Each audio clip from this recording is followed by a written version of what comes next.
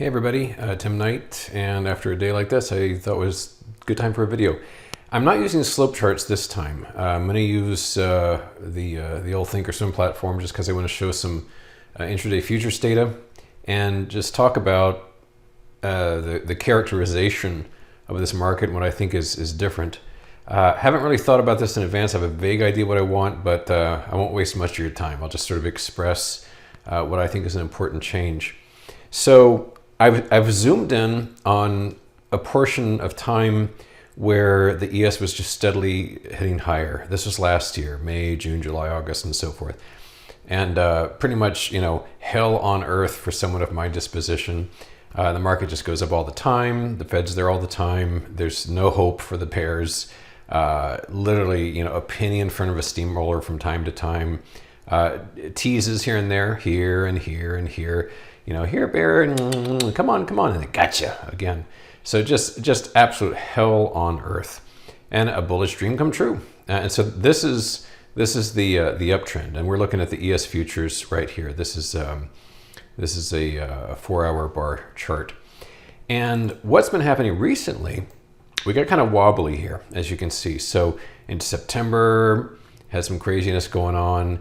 Got this inverted head and shoulders pattern, and then whoosh, off we go again to new lifetime highs, up and up and up and up and up. And we, in retrospect, we can see we had some rough sailing, and the Fed pushes to lifetime highs, and then more rough sailing, and then once again the Fed. But look what's happening each time. See, we've gone from steady, reliable, clockwork highs. Here's our first rough patch. Then we had another lifetime high. A little bit of a rough patch again, another lifetime high, but just barely. It looks like things are getting harder for the Fed to do this lifetime high business, and quickly it falls once more. And then again, the Fed comes in, and this was the ultimate peak here, the tippity top. And since then, what's been going on is that we carved out this rather sloppy topping pattern. And since the peak, which was just this month, we have been engaging in something quite unfamiliar to most people, which is lower lows and lower highs. And now, as opposed to these days when it's like, come on, bear, gotcha. Come on, bear, gotcha. Come on, bear, gotcha. It's just the opposite. It's like, come on, you bull son of a bitch. Aha. Come on, bulls, and so forth. And so here is the teases for the bulls. I got that backwards just now. I'm too used to the other direction. So here's the teases for the bulls. Everything's fine. Everything's fine. And then, big time here. Everything's going to be just hunky-dory. And it was interesting to me because yesterday night and this morning, I'm recording this Wednesday afternoon, everywhere I turned, the expectation was uniform, which is that we are going to just rocket higher because Powell is a complete pushover. He's a pansy. He's gotten terrified by this 2 or 3% drop in the market. He'll do whatever he can to ease the worries of everyone, and we're going to just rock and roll higher. And I was prepared for that, but at worst, what I was prepared for, and again, we're still on the ES here, was perhaps a rally to here, for example. So round about 45.25. That's what I was sort of bracing myself for. And it would have been no fun. And so I lightened up because of that and so on. But that's what I was really anticipating as a dreadful possibility. What we got was something better. Because here was the bottom on Monday. This was the Thinkorswim kind of sucks here. It's not doing what I want. Here was the bottom right here. And afterwards, we got this monster rally, which just fell to pieces, but we got a higher low. And we lurched up again, and down we go, and lurched up again. And it seemed like, especially here, thank you, it seemed, as of Wednesday morning, this was positioned for a big rally. And it had to get above this, and this was sort of clenching my teeth for, because getting above here and sort of bracing myself for the lift to here, and quite frankly, brace myself for the prospect of going even beyond 45.25, like I'm screwed all over again.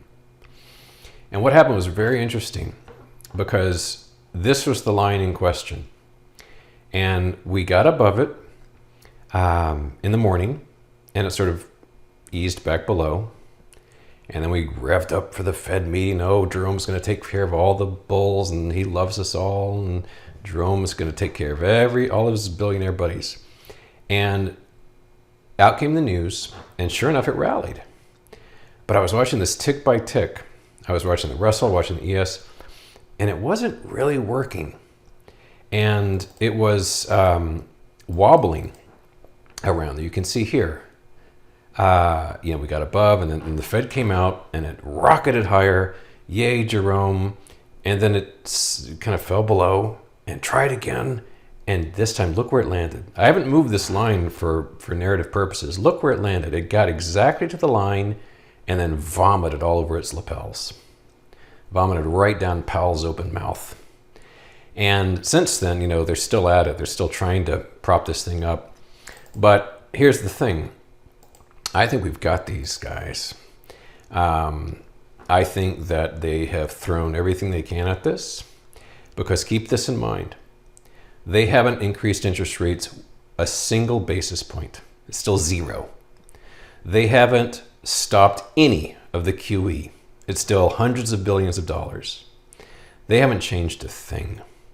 All they've done is gently, with their hat in their hand, meekly said, maybe in the future we'll increase rates just a teeny little bit, please, sir. And that alone has caused the market to freak out, relatively speaking.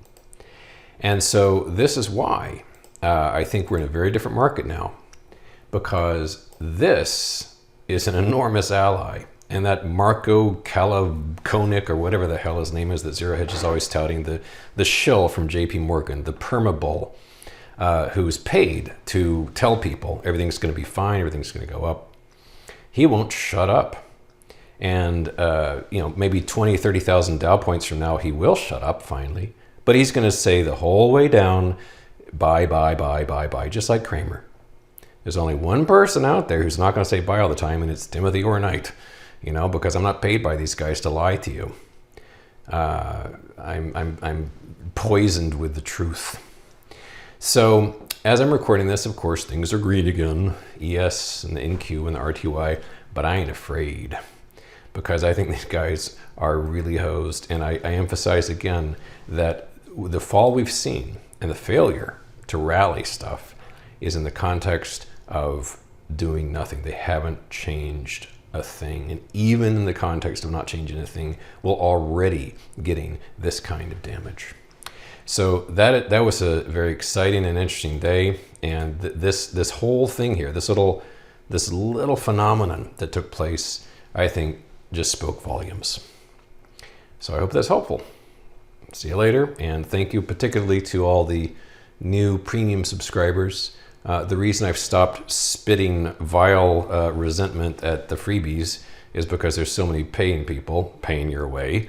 But that's also the reason why I'm kind of holding back more and more content from free accounts, because God bless them. I mean, if people are going to pay for something, they got to get something you ain't getting. And I'm going to try to be very sensitive to that and cognizant of that, and pay them in kind. So that's it. We'll see how the rest of the week goes.